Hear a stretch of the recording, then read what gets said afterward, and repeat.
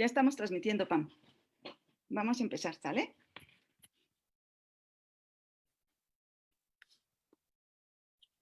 Vamos, pues. Buenas noches a todos. Estamos iniciando nuestra sesión, nuestra charla, la conferencia gratuita de hoy, Arqueología Subacuática en el Manantial Media Luna San Luis Potosí, con la licenciada Pamela Lara Tufillo. Ella es arqueóloga subacuática.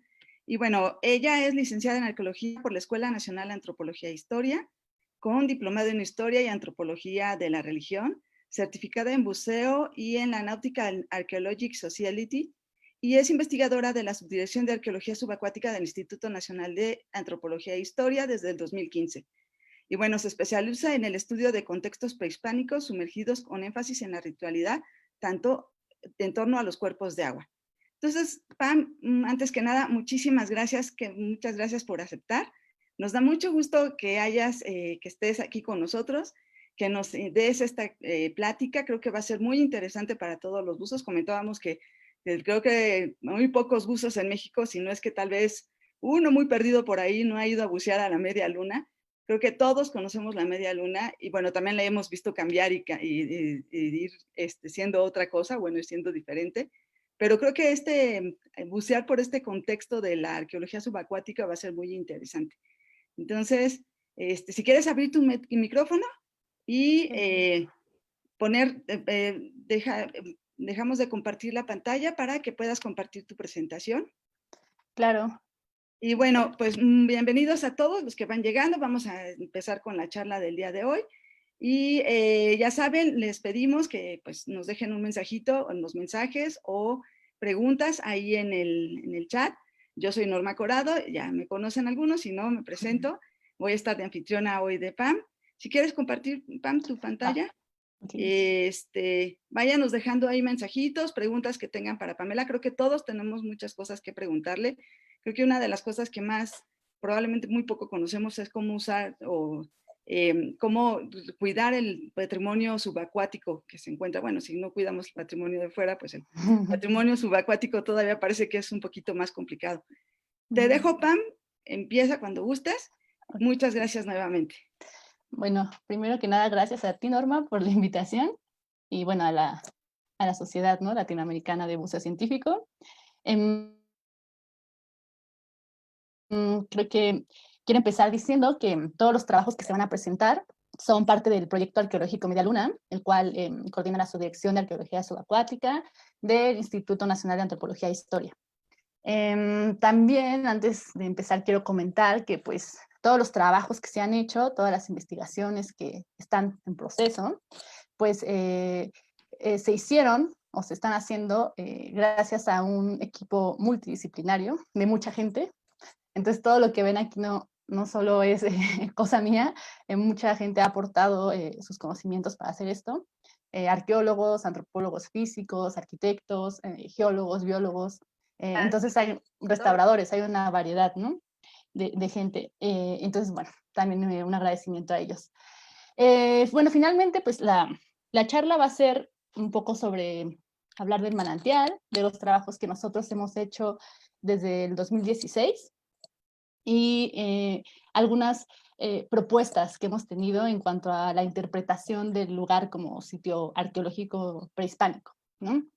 Bueno, y finalmente les voy a mostrar algunos de los materiales que hemos podido excavar y conocer y, bueno, analizar, ¿no? Entonces, bueno, cualquier pregunta, pues ya la dejan ahí y con gusto se las respondo. Bueno, para empezar, pues el manantial Media Luna se ubica en México, en el estado de San Luis Potosí.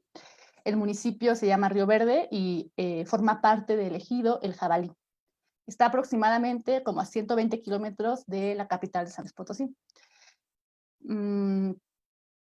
Geográficamente, y es importante mencionarlo, se localiza en la denominada Cuenca de Río Verde o Zona Media. Les digo esto porque es un espacio muy importante durante la época prehispánica, porque limita con la Huasteca y con el altiplano. Entonces, se ha podido interpretar como un sitio de contacto, ¿no?, entre diferentes grupos.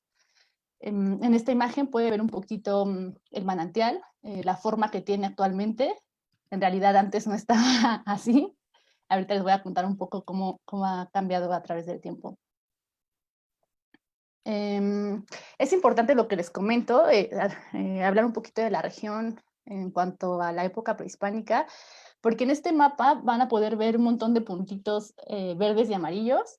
Todos esos son sitios arqueológicos que se encuentran en la región de Río Verde. Entonces, tal vez porque no están abiertos al público o no son muy vistosos, ¿sabes? Mucha gente piensa que no había asentamientos en esa región.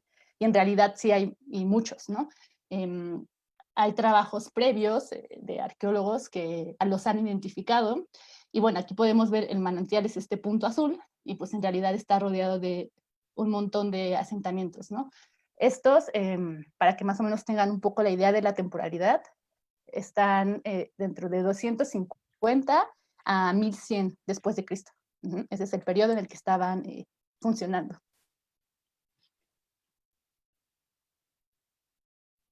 Ok.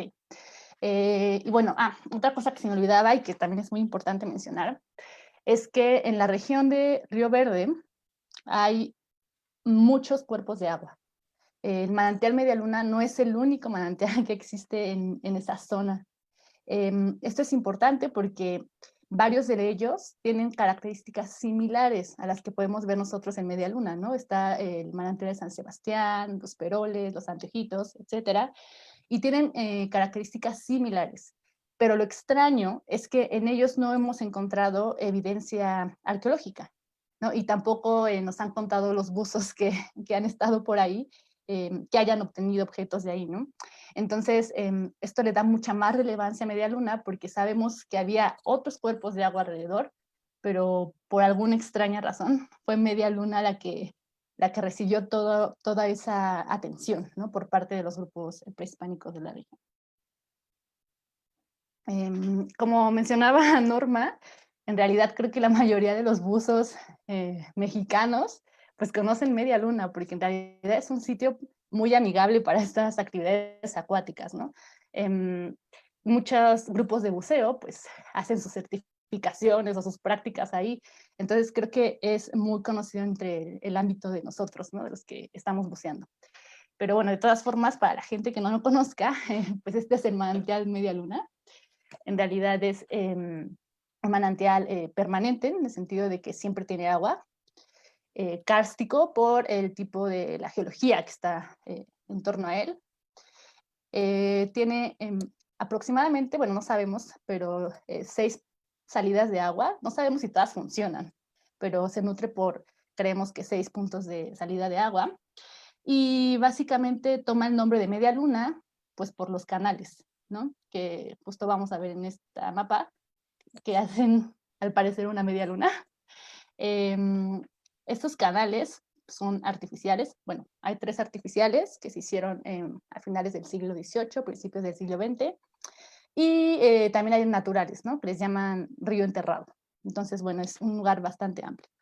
En esta segunda fotografía, pues pueden ver un poco las características del lugar, del agua, la transparencia. Estos son los canales que pues están en torno a todo el cuerpo de agua principal. Y como les decía, pues es un lugar muy amigable. La temperatura es de 29 grados 30 en promedio, entonces es bastante rico estar ahí. Creo que una de las peculiaridades muy significativas para nosotros como arqueólogos también es que es un sitio con una topografía, o bueno, un fondo muy variado. Me explico. Tiene plataformas, tiene pendientes, tiene oquedades. En esta foto de acá pueden ver uno de estos puntos que les digo que tiene salida de agua, que muchos le han llamado cráteres, pero pues no son cráteres.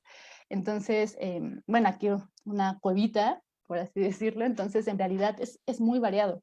Y lo más interesante de esto es que en ocasiones, ahorita ya menos, pero bueno, antes, muchas características del fondo se podían observar desde la superficie, porque el nivel de transparencia del agua es muy alto.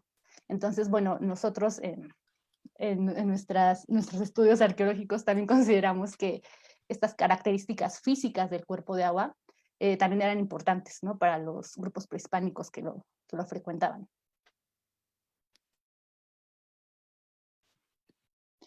Este mapa se los pongo porque arqueológicamente en realidad el sitio no fue dado de alta al instituto, por así decirlo, hasta el 2016, que empezamos a trabajar en él. En realidad no había un registro oficial de su existencia, ¿no?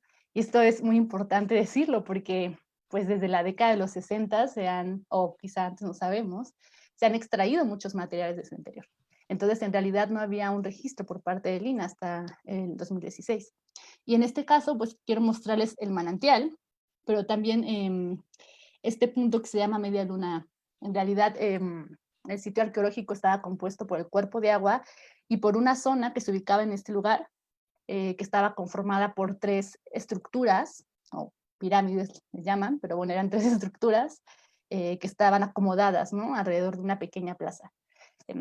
Lamentablemente, pues ahorita ya no existen, no pudimos nosotros localizarlas porque los que conocen el sitio, pues ha sufrido muchos cambios. Actualmente, pues tiene cabañas, tiene lugar para comer, para acampar, etcétera. Y bueno, lamentablemente, pues parte de eso afectó un poquito el sitio.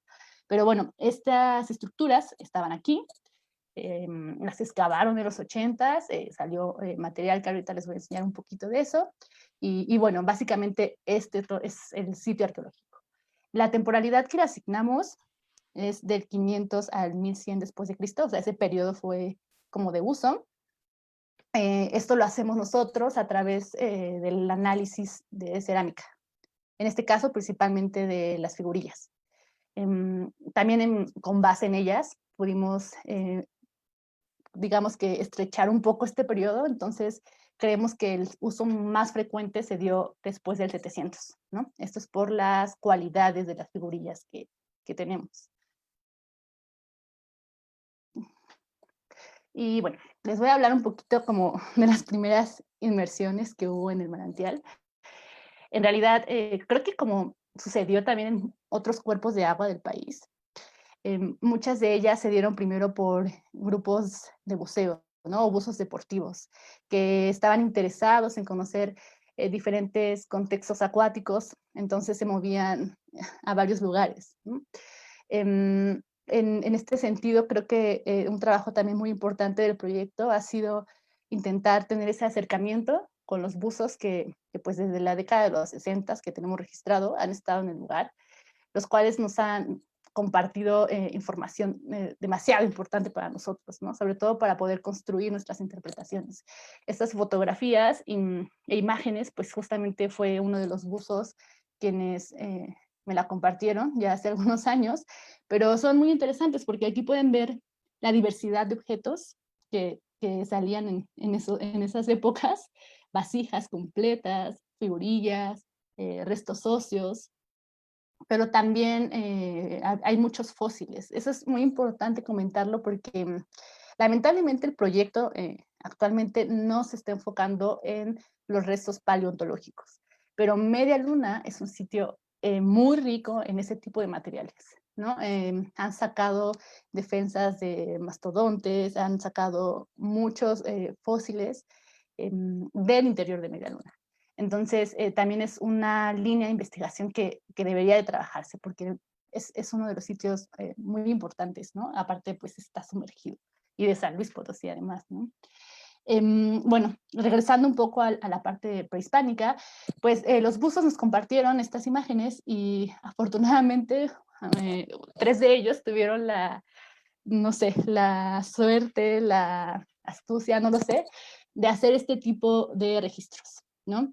Esto nos ayudó mucho a nosotros para conocer un poco cómo se veía la posición de los materiales o cómo estaban, en qué áreas del manantial estaban, porque bueno, actualmente pues ya no encontramos nada de eso cuando nos sumergimos, ¿no? Entonces, su información, sus planos, sus fotografías, la verdad es que fueron muy valiosas para nosotros, para empezar a reconstruir un poquito la historia del lugar, ¿no? Antes de que se hiciera este proyecto que ahorita les cuento, hubo varios estudios que yo les llamo indirectos porque no, pues no hubo un trabajo subacuático. Sin embargo, estudiaron los materiales cerámicos que habían sacado de la media luna y que estaban en colecciones particulares, ¿no?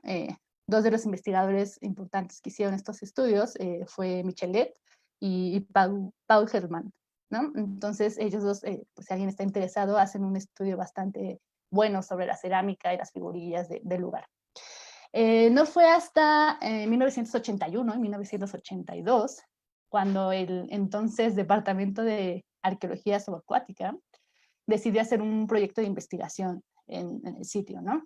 El proyecto pues se llamó así, Prospección y Muestreo de Superficie y Subacuático en el área del manantial La Media Luna, y fue coordinado en ese entonces por Pilar Luna y Juan Riqué, ambos arqueólogos, ¿no? Este proyecto fue como el parteaguas de la investigación, porque se hicieron reconocimientos subacuáticos y también excavaciones, ¿no? Estamos hablando de los 80s. Entonces, recuperaron materiales muy importantes. En esta foto pueden ver los restos óseos de lo que eran, bueno, son dos infantes, ¿no? Que estaban en el manantial. Entonces, imagínense, pues esa, no sé, esa emoción de encontrarlos, ¿no? En el contexto, sin haber sido tan alterados. Entonces, este proyecto, la verdad es que, pues nos trajo nos dio mucha información a nosotros ahora que estamos retomando las actividades, porque igual que lo que les comentaba anteriormente con la diapositiva anterior, nos dio mucha información de las áreas de actividad del manantial, de los materiales, las posiciones de cómo estaban, etcétera, ¿no? Entonces estas fotos pues son de esa época. Y bueno, entonces pues pasaron casi 35 años, no se supo mucho del manantial. Probablemente se hicieron trabajos de registro y demás, pero ya no hubo un proyecto de investigación como tal, ¿no? De Media Luna. Fue hasta 2016 que la subdirección empezó a retomar este interés. Empezamos a acudir al lugar, primero intentando registrar los materiales que existían en las colecciones particulares o en los museos, porque cabe mencionar, y creo que mucha gente no lo sabe, que Media Luna tiene su museo. Ahí en el parque hay un pequeño museíto donde se exponen varias piezas y sobre todo un esqueleto casi completo. O sea, imagínense un esqueleto casi completo. Entonces, muchos buzos creo que lo ignoran, pero si algún día van, deberían de darse una vuelta por allá. Pero bueno, nosotros empezamos a registrar estos materiales y en un inicio nuestra idea era caracterizar estos actos o actividades que se hacían en el manantial, ¿no? Pero después nos dimos cuenta que en realidad no sabíamos mucho de quiénes eran los que frecuentaban el manantial, ¿no? Algunos investigadores hablaban que eran grupos huastecos, etcétera, pero en realidad no había una certeza al respecto. Entonces empezamos a pensar que las líneas de investigación se tenían que ampliar.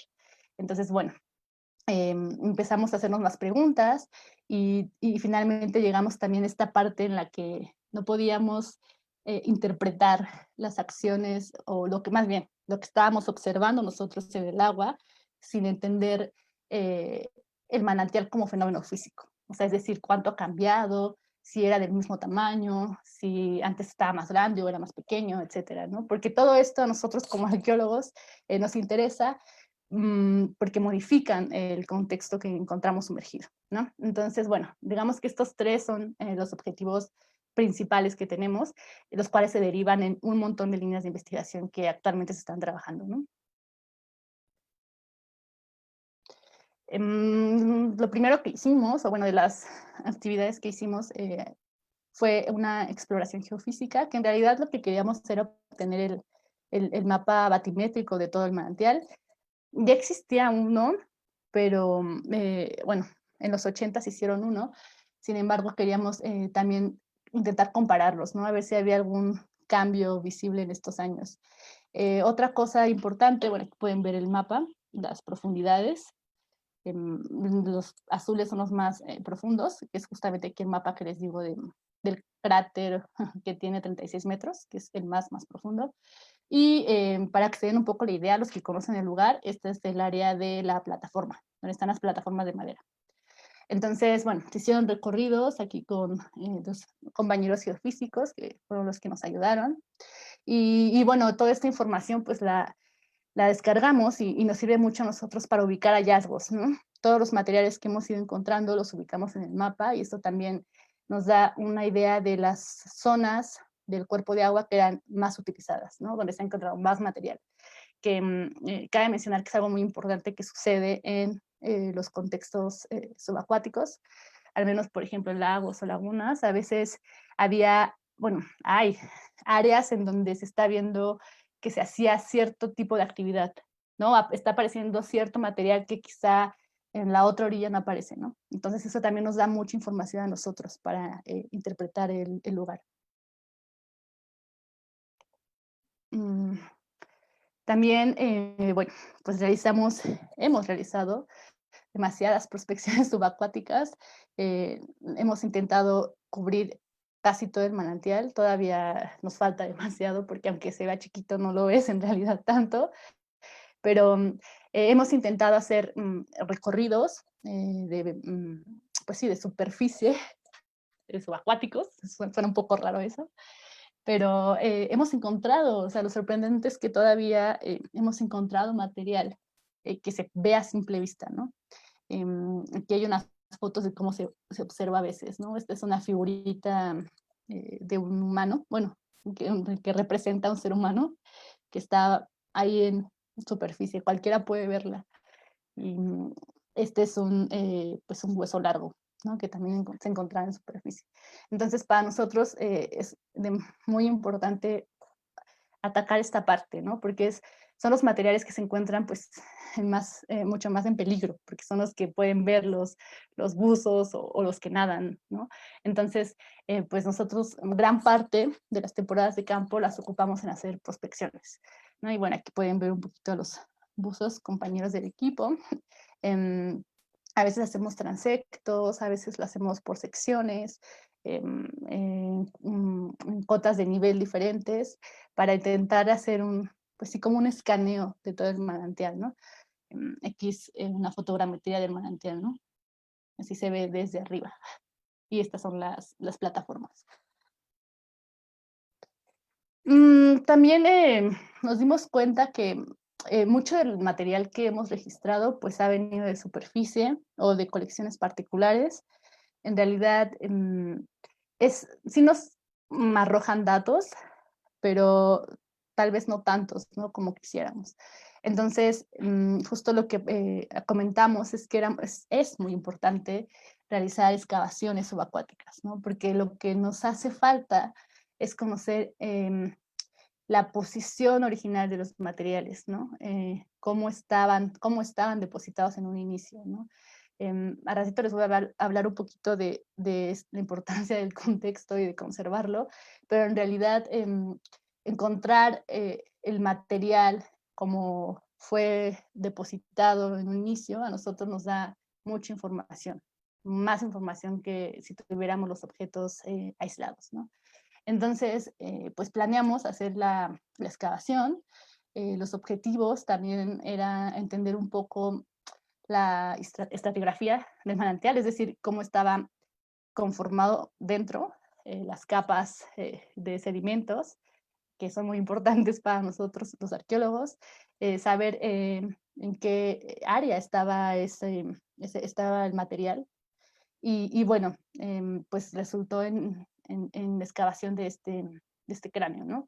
Estas imágenes es un poco para que vean el trabajo que implica llevar a cabo una excavación subacuática, que en realidad es algo muy tardado, ¿no? Y debe ser muy minucioso, también por las características de los vestigios que estamos encontrando, ¿no? Que son restos óseos y cerámica, ¿no? Cosas muy sensibles y pues también muy chiquitas, ¿no? Que es muy importante estar muy atentos durante la excavación.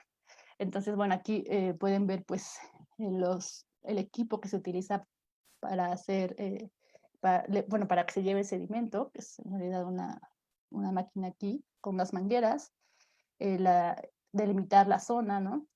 Que en realidad es muy difícil en Media Luna porque pues saben que es turístico, entonces siempre hay mucha gente, nadadores, buzos, de todo, ¿no? Entonces, bueno, también ha sido un reto eso. Aquí, bueno, esta imagen ya es el registro que se hizo de los materiales que encontramos. Mm, es importante mencionar que cuando lo hacemos de forma subacuática, sí tenemos que tener un control muy importante de todas las actividades, ¿no? Y del papel de cada participante, ¿no? Porque pues ustedes saben que los buceos son limitados, no podemos estar todo el día bajo el agua como quisiéramos, entonces en realidad es un trabajo de equipo totalmente, ¿no? Todos tenemos que estar sintonizados y saber lo que vamos a hacer para que todo funcione bien, ¿no? Entonces, bueno, hicimos esta excavación. Otra cosa es que también hemos intentado manejar esta parte, esta técnica que utilizamos nosotros para excavar, que es muy diferente, ¿no? A veces a las técnicas que se utilizan en otro tipo de sitios o en otro tipo de ambientes acuáticos. Entonces, creo que parte del proyecto también es eso, ¿no? No sé, seguir experimentando con las metodologías, etcétera, ¿no? Para poder tener, pues, resultados que se adecúen a lo que estamos buscando. Mm, el análisis de materiales creo que es como la parte medular de nuestro proyecto, porque como les comento, pues muchas de las muestras que tenemos o de los materiales que hemos analizado, pues provienen de colecciones particulares y de colecciones de museo, es decir, ya estaban afuera, ¿no? Em, esta imagen creo que va a ser muy representativa para ustedes porque pueden observar la variedad de cosas que han salido del manantial, ¿no? La única que no corresponde al manantial es esta sonaja. Esta se encontró en las estructuras que les comenté, el sitio de Media Luna A, en realidad se localizaba a 250 metros de la orilla del manantial. Entonces era muy significativo ese espacio también.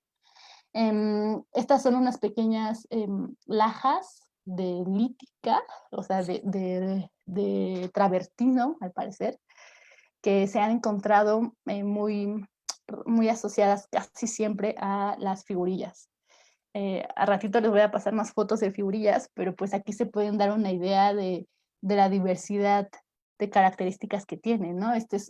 Pues aquí están sus piernitas, los brazos, las manos las tienen en la boca, ¿no? Aquí su tocado, pues esta es la cabeza de la representación humana. Esta otra está sentada, estas son las piernas, estas son las manos, el tocado, y bueno, y esta tiene aquí una especie de aplicación extraña en la boca, ¿no?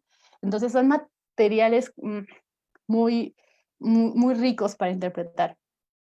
Otra cosa que también nos ha llamado mucho la atención y que incluso no sé si algunos de ustedes lo han escuchado o les han dicho, pero muchos buzos, sobre todo en la región, hacen referencia a que era un lugar de sacrificio, ¿no? Decían que incluso lo comparan con los cenotes del área maya, porque se han encontrado muchos restos óseos. Eso es algo muy particular del sitio.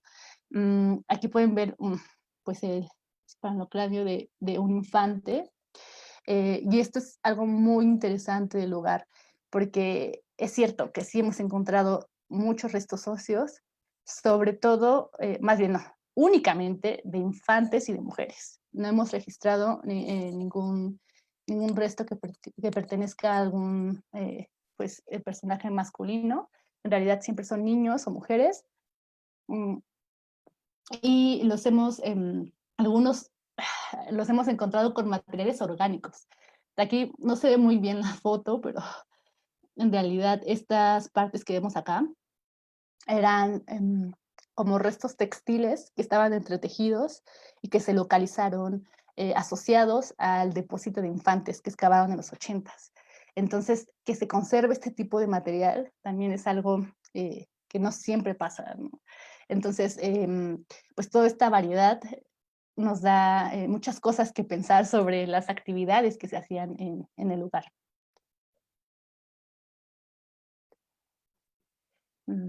Quiero recalcar, esto también es muy importante, tener en cuenta que los materiales están en un entorno diferente, ¿no? Están sumergidos, están en contacto con agua todo el tiempo.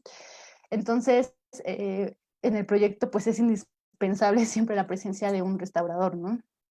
Afortunadamente hemos trabajado con varios de ellos y pues ellos son los encargados de que todos los objetos que nosotros sacamos, pues les den su tratamiento, ¿no? Nosotros no podemos sacarlos del agua así nada más, porque pues sufren daños irreparables. Entonces, siempre los sacamos con agua y bueno, se les da su tratamiento que necesitan, ¿no? En este caso, pues les puse unas fotos de una figurilla que localizamos y bueno, pues aquí está en el topper con agua, aquí pues ya le están haciendo el proceso de limpieza y se va secando, pero pues con mucho control, ¿no? El proceso es algo muy controlado.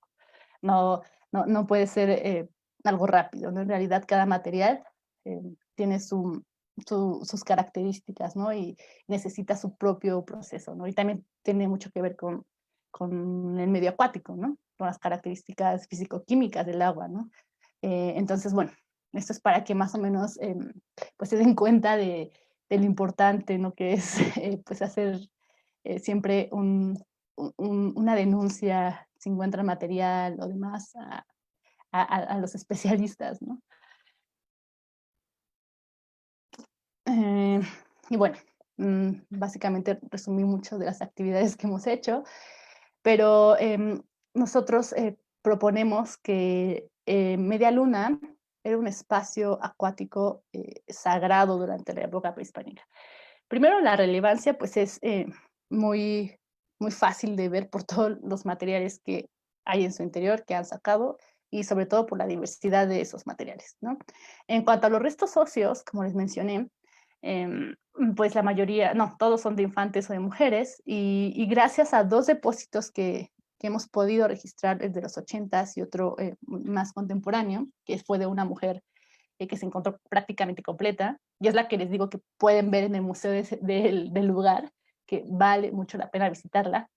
Esta mujer es la que está aquí, que están armando, y bueno, nos han dado estos dos depósitos, el de los infantes y el de la mujer, como los datos más importantes para nosotros, para interpretar el acto que se hacía con restos óseos, ¿no? La imagen que ven aquí, no sé si se alcanzan a notar, pero son como una especie de huella de fibras entretejidas. Se ve un poco borroso, pero bueno, aquí se puede ver algunas que van de forma perpendicular. Estas huellas las localizamos en diversas concreciones que tenían los huesos de la mujer, en todos los huesos, bueno, la mayoría de los huesos. Entonces, es una evidencia de que probablemente eran quizá envueltos, ¿no? Al ser enterrados. Esta es la otra parte que también les quería comentar. Nosotros creemos, o bueno, aún no hemos encontrado pruebas fehacientes sobre el sacrificio, quizá pudo haber existido, pero con los elementos que tenemos ahorita, nosotros hemos interpretado que estos restos óseos corresponden más a ritos funerarios que se hacían en el manantial. Creemos que se enterraban en las orillas, no se arrojaban al manantial, eran enterrados y bueno, muchos ya se han encontrado dentro justamente por los cambios que ha tenido el cuerpo de agua, ¿no? Eh, Hay muchos deslaves, ya sea naturales o artificiales, entonces este tipo de transformaciones es lo que deja a veces los huesos pues visibles, ¿no? Pero en realidad consideramos que eran enterrados a las orillas. Otra característica importante es que quizá eran personajes especiales. ¿Por qué lo digo? Porque en la región de Río Verde la costumbre, o bueno, lo que se ha visto arqueológicamente hablando, es que enterraban a sus muertos debajo de las casas, ¿no? Los hemos encontrado, bueno, los han encontrado diversos investigadores en zonas habitacionales. Sin embargo, pues aquí alrededor del cuerpo de agua, pues hay mujeres y niños, ¿no? Entonces es una particularidad interesante, ¿no? Que explorar. Em, el otro material maravilloso son las figurillas. creo que es el material que más se ha extraído del manantial. Nosotros hemos registrado y revisado 469 figurillas que provienen, como les comento, de colecciones de museos y colecciones particulares. También la subdirección tiene algunas, pero son un número increíble y sabemos que todavía hay más colecciones, ¿no? Tenemos, o sea, muchos buzos se han acercado a nosotros a decirnos que ellos todavía conservan algunas. Entonces, imagínense la cantidad que depositaban de figurillas en el lugar. También gracias a estas entrevistas y esta, pues sí, como seguir todas las pistas de los primeros buzos, hemos también podido entender un poco cómo se encontraban las figurillas adentro, ¿no? 3 buzos diferentes, que creo que no se conocen, me dijeron que ellos las vieron eh, en grupos de 3 o de 4, depositadas dentro de las vasijas, ¿no? Depositadas en una plataforma dentro del manantial. Y que eso también nos está hablando de que existían quizá personajes que se sumergían a dejar las figurillas, ¿no? Tal vez no en todos los casos, quizá también las arrojaban, no lo sabemos, es posible que hayan sido ambas, pero pues esto ya es un tipo muy interesante de acto ritual, porque se sumergían para dejarlas. Otra cosa increíble de estos muñequillos es que pues tienen atributos o características pues muy variados, ¿no? Ya les mencionaba algunos, pero bueno, aquí pueden ver más. Hay personajes con bandas cruzadas, con los brazos cruzados, sentados, con las manos en la boca, con vasijas en los brazos, como el que ven acá. Algunos que no aparecen acá, pero tienen un bulto cargando, una especie de bulto. Em, También hay figuritas con bastones. em, y la mayoría presenta tocados, que es como este arreglo en la cabeza, también muy variados, ¿no? Aquí pueden ver un poco los diferentes aplicaciones de cerámica que tienen, ¿no? Como bolitas o aquí líneas. Entonces, la mayoría presentan este tipo de arreglo en la cabeza. Orejeras, que son esta parte de acá, estas bolitas que se pueden ver aquí. Esta se ve muy bien, las orejeras. Algunos presentan collares y taparrabo, ¿no? En algunos casos. Entonces, la variedad, pues, es bastante interesante, ¿no? Otra característica también que nos ha llamado mucho la atención es que en varios de los personajes nosotros observamos una aplicación de cerámica en la boca, que también es algo muy extraño, ¿no? Entonces, bueno, pues pueden ver como la amplitud de atributos que tienen todas ellas, ¿no? Que también son muy significativos para nosotros a la hora de querer estudiar o decir algo del material, ¿no? Em, Creo que aquí en este momento justo les voy a hablar como de la importancia del contexto arqueológico. En realidad nosotros como arqueólogos subacuáticos, como esta disciplina científica, pues nos interesamos en los yacimientos arqueológicos, en el contexto arqueológico. ¿Qué significa esto? Que nosotros nos interesamos por los materiales, ¿sí? Pero por su relación entre ellos, su relación con el entorno, cómo estaban depositados, cómo estaban acomodados. Esa es la información que a nosotros más nos sirve para poder decir algo, ¿no? La arqueología, pues, es una disciplina que se interesa por reconstruir acontecimientos humanos o hechos sociales, ¿no? No solo es el objeto, sino más bien es qué podemos decir nosotros del objeto. Entonces, en este sentido, pues, como ya lo he mencionado un poquito, pues Media Luna es un lugar turístico, ¿no? Hay nadadores, tú puedes ir a acampar, puedes ir a bucear. Entonces, todas estas actividades han impactado en la conservación del contexto arqueológico sumergido, ¿no? Mm, Simplemente mover el objeto que tú ves o sacarlo, eso ya es para nosotros una complicación tremenda, ¿no? Porque primero, pues, por lo que implica sacar el objeto así como así del agua, y la otra es por toda la información que se pierde, ¿no? Algunas personas nos han llegado a dar, cuando terminamos nuestros buceos, nos salimos y nos dicen, mira, encontramos esos fragmentos de cerámica, ¿no? Que son de una vasija. Y nosotros así de, ¿pero dónde los encontraron? Ay, pues por ahí. Pero eso ya a nosotros ya no nos sirve tanto, ¿no? Nos hubiera funcionado mejor que los dejaran ahí y nos llamaran, ¿no? Entonces, bueno, es un ejemplo un poco tal vez burdo, pero esto es lo que pasa en el sitio, ¿no? La verdad es que afortunadamente el ejido del jabalí y los que ahora están encargados del parque han han implementado muchas más acciones para proteger esta parte del lugar, ¿no? Me parece que ahora ya hay buzos que acompañan a los grupos de buceo o están al pendiente de si sacan algo o no. Y esto la verdad es algo que lo agradecemos demasiado a todo el equipo de allá, porque pues es una forma de cuidarnos el patrimonio, ¿no? Y que también nosotros podamos estudiarlo. En ese sentido, pues quiero hacer como resaltar primero la existencia del patrimonio cultural sumergido. O sea, no solo es en Media Luna, hay muchos cuerpos de agua continentales o marinos que tienen restos arqueológicos.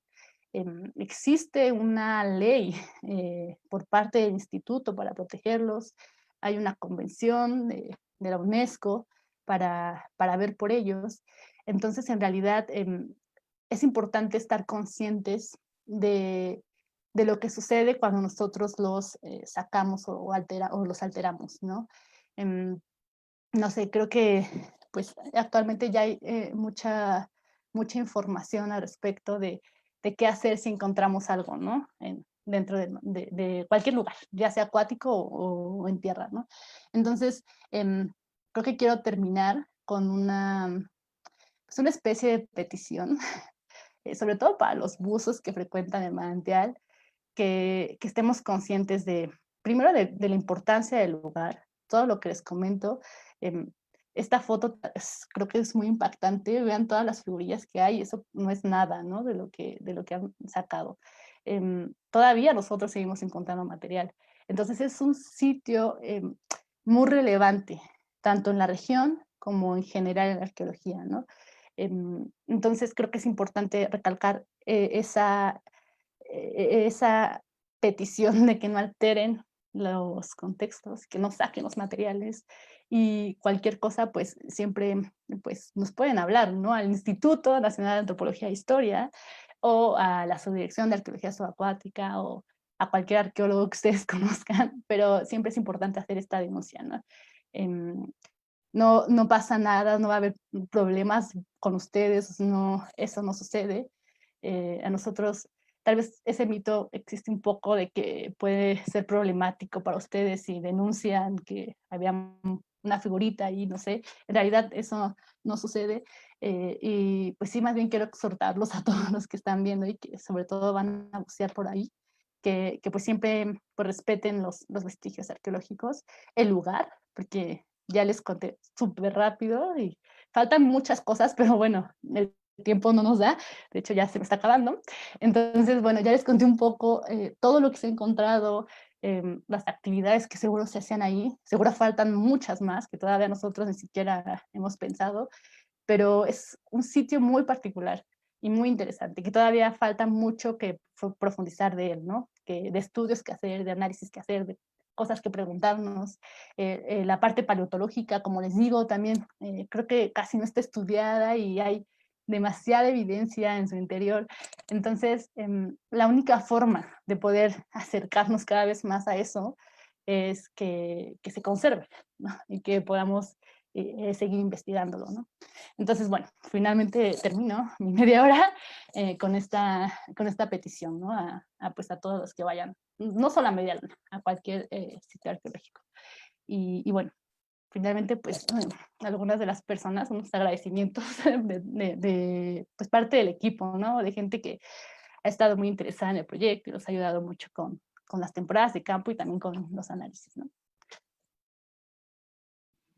Muchas gracias, Pam. Creo que esta última diapositiva nos dice justo la cantidad de personas que trabajan juntas para pues a sacar un trabajo pues tan bonito. La verdad es que está súper interesante. No sabes la cantidad de preguntas que tenemos.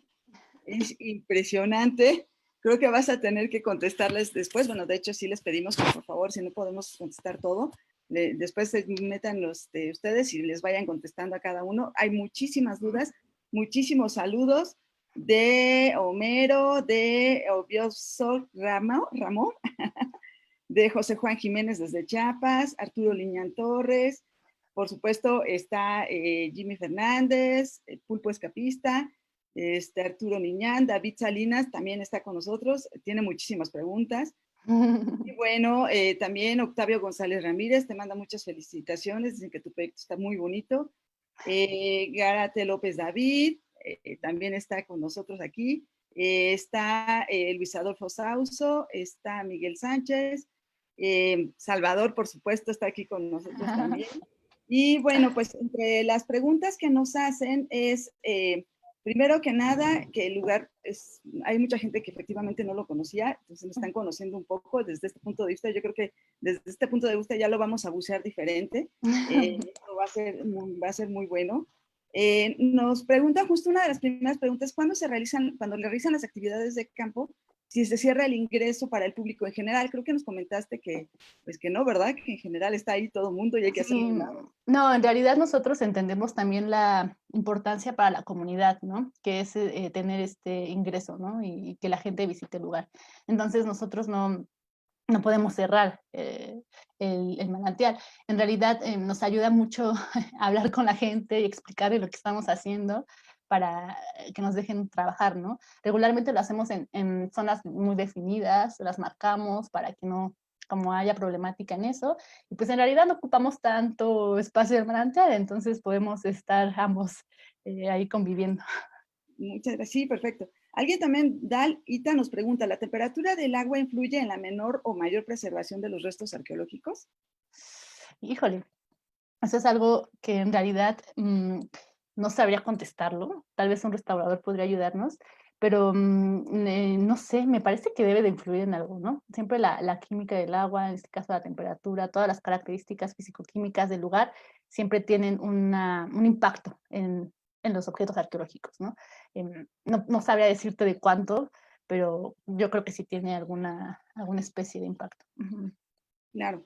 Garata López David, bueno, nos deja un mensaje muy largo, pero también nos pregunta, ¿se han encontrado puntas de proyectil o bifaciales en los alrededores o al interior de la laguna? Y con base en las excavaciones o barrenos, ¿se han podido averiguar cuáles han sido los niveles del agua a lo largo del tiempo en la laguna, del tiempo geológico? Con la primera pregunta sobre las puntas, nosotros no hemos encontrado, pero sí hemos registrado muchas puntas de proyectil que han extraído los buzos del lugar. Entonces sí había puntas adentro. Eso también es muy interesante porque sí falta una investigación de la lítica o bueno, de este tipo de objeto en el manantial, ¿no? Lamentablemente nosotros no lo hemos encontrado en contexto, pero sí sabemos que los que sacaban ese tipo de puntas del agua. Respecto a los niveles del agua, en realidad todavía están en proceso estos análisis, pero sí, al menos hemos localizado sitios donde probablemente antes había agua, ¿no? O sea, hemos confirmado el cambio del manantial, que también era un área pantanosa. Ahorita, no sé, los que lo conozcan, pues está lleno de árboles muy grandes, que en realidad esos pues no son naturales del lugar. El lugar era más como de pastizales, no sé si han visto, no sé si vieron alguna de las fotos que les puse, pero se veían como pastizales, así en realidad lucía el manantial, ¿no? No, estos árboles pues son recientes, como de los 80s. Entonces, creemos que sí ha cambiado mucho la forma del manantial y sí hemos localizado zonas que anteriormente estaban inundadas, ¿no? Esto lo vemos con la estratigrafía. Perfecto. Muchas gracias. David Salinas, hola David, nos manda muchos saludos y nos dice que si la actividad del buceo deportivo puede alterar o causar algún destrozo en estos restos arqueológicos. Si ustedes no tocan nada, no causa ningún destrozo. Ustedes pueden bucear tranquilamente, observar.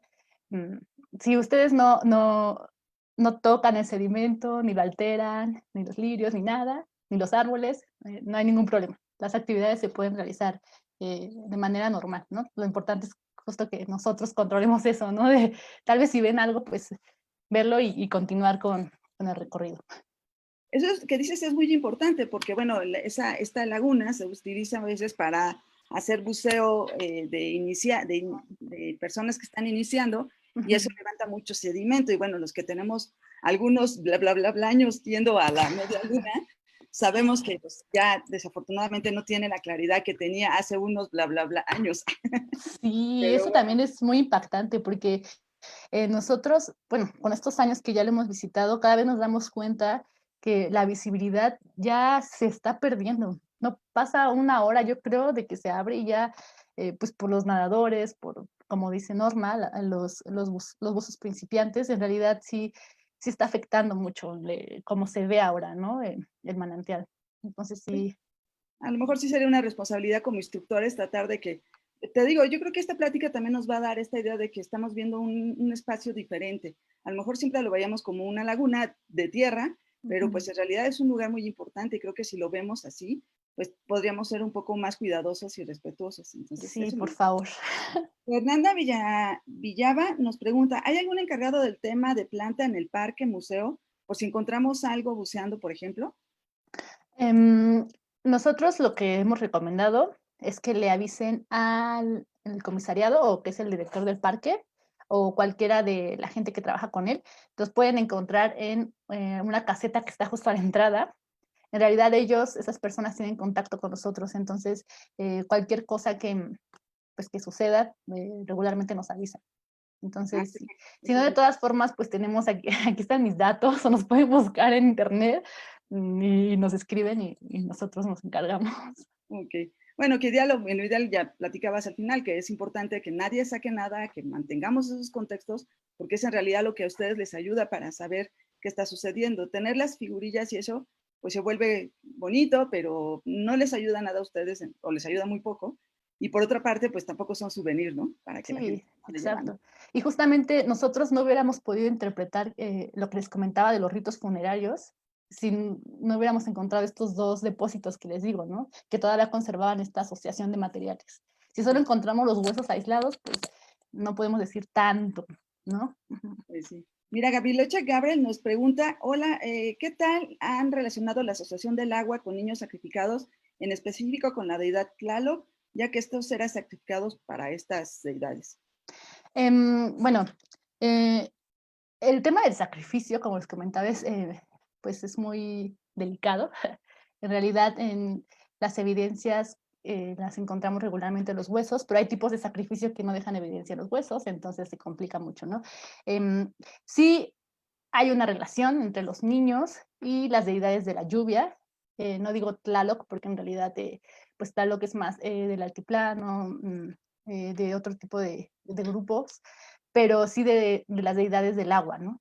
Entonces, sí hay una relación, por eso les comentaba que puede que sí hubiera existido sacrificio, pero nosotros no hemos encontrado evidencia directa de eso, ¿no? Lo podemos suponer justo por lo que menciona el chico que escribió, por la presencia de infantes, ¿no? Y el cuerpo de agua. Lo podemos inferir, pero pues todavía no podemos asegurar nada, Dejen todo para que puedan seguir investigando. por favor. El doc Javier te manda muchos saludos, Pan. Gracias.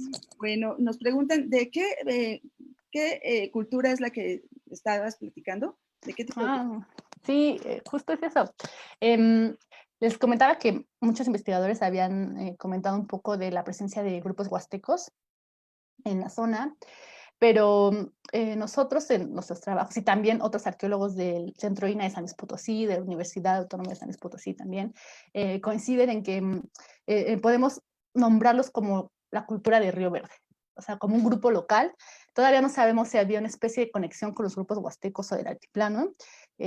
Esperamos que están en proceso tal vez unos análisis de ADN que nos ayudarían muchísimo para hacer alguna relación entre grupos culturales, porque justamente no sabemos, ¿no? No lo sabemos a ciencia cierta.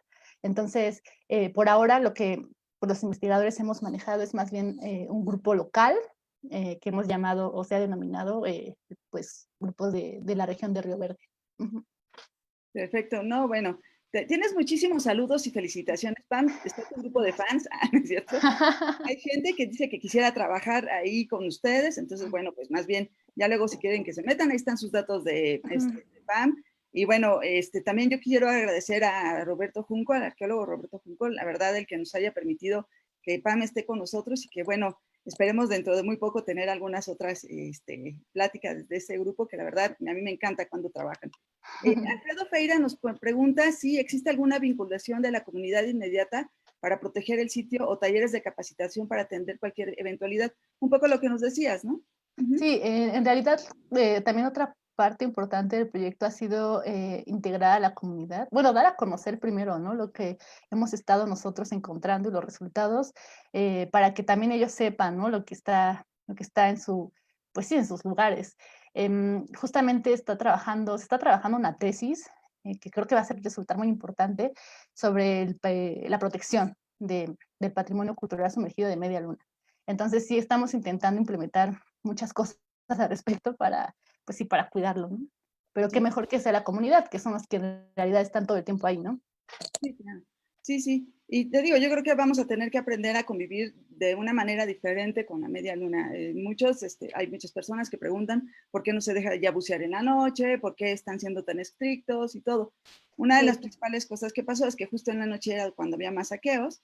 Y bueno, creo que además también había muchos accidentes. Entonces, Sí, en pues, realidad sí, están intentando justo el grupo de buceo de allá y los ejidatarios tener un control también para cuidar el manantial y bueno, también cuidar pues a los que bucean, ¿no? Como tú dices, Norma, que luego ha habido accidentes, ¿no? Pero sí, la idea es protegerlo, intentar protegerlo. No les mencioné en la presentación, pero en realidad es un área natural protegida, ¿no? En modalidad de parque estatal. Entonces esto también es muy importante porque en el área natural, pues también deben ser muy cuidadosos, ¿no? Con toda la flora y fauna que hay dentro del manantial. Entonces creo que pues no sé si llamarlo restricciones, pero estas nuevas modalidades que han implementado los encargados del parque son justamente para atacar estas dos cosas, ¿no? De protección del área natural y pues de los restos arqueológicos. sí, sí. Pues mira, ya vamos casi cerrando. Yuki nos pregunta si dijiste que había muchas conexiones de los cuerpos de agua. ¿Crees que es algo como los cenotes de Yucatán o que en algún tiempo todo estaba inundado por agua? No, creo que no, es diferente la geología del lugar. No sé cuándo mencioné lo de las conexiones, pero bueno, sí hay diferentes cuerpos de agua en toda la región. La mayoría justamente se surten por aguas subterráneas, ¿no? Entonces, en realidad no sé, no lo podría comparar con los cenotes de la península de Yucatán. Pues perfecto. Pam, hay muchos mensajes más. Te digo, todo el mundo te manda muchos saludos. Soren Ramos, por ejemplo, dice que hay que impulsar la investigación y la protección de áreas naturales. Nos dicen que la plática estuvo padrísima, que la verdad es que sí nos cambió mucho la manera de ver este lugar, que te digo que de pronto parece que vemos solo lodo, pero pues no, es algo más que además hay que conservar y cuidar. Y Sí, bueno, pues si ustedes si se quieren acercar, quieren ser arqueólogos subacuáticos, ya vieron a Pam, además está bien joven, es súper entusiasta, el grupo es muy, muy entusiasta, son muy buenos todos, la verdad. Y yo creo que eso también es algo que es importante decir. También son parte de nuestro tesoro ustedes. gracias, Norma. De trabajar y estudiar estos lugares. Y bueno, no sé, Pam, si quieres decir algo más, Em, estamos cerrando. Bueno, en realidad creo que más bien, pues ahí están los contactos, igual cualquier duda o pregunta, pues pueden escribirme sin pena alguna. Creo que también hacer un llamado a los buzos, que quizá ya son muy experimentados y han estado buceando desde hace muchos años, que si tienen alguna información que nos pueda ayudar, algún registro fotográfico del lugar o de los materiales, pues nosotros estaríamos muy agradecidos de recibirlo, ¿no? Y bueno, y pues otra vez, ¿no? Reiterar este cuidado de los vestigios. Pues Pam, muchas gracias a ti, gracias a la Subdirección de Arqueología Subacuática, gracias a Roberto Juncos nuevamente por liderarlos y pues que formar un grupo tan bonito. Y bueno, pues ya se quedan ahí los mensajes, cuando puedas, en una escapadita, les vas contestando a todos, tu Ok. grupo de fans, si no se van a enojar. Y todas las preguntas que todavía se quedaron ahí en el tintero. Y pues, para todos, muchísimas gracias. Creo que esta plática es algo que también es muy interesante. Esto también es buzo científico. Ya también es parte de esta capacitación que tenemos que tener. Y bueno, pues están invitados el siguiente viernes a la siguiente charla. Y por hoy hemos terminado. Muy amables a todos. Gracias, Pam. Muy, Gracias a ti, Norma. muy interesante todo. Gracias.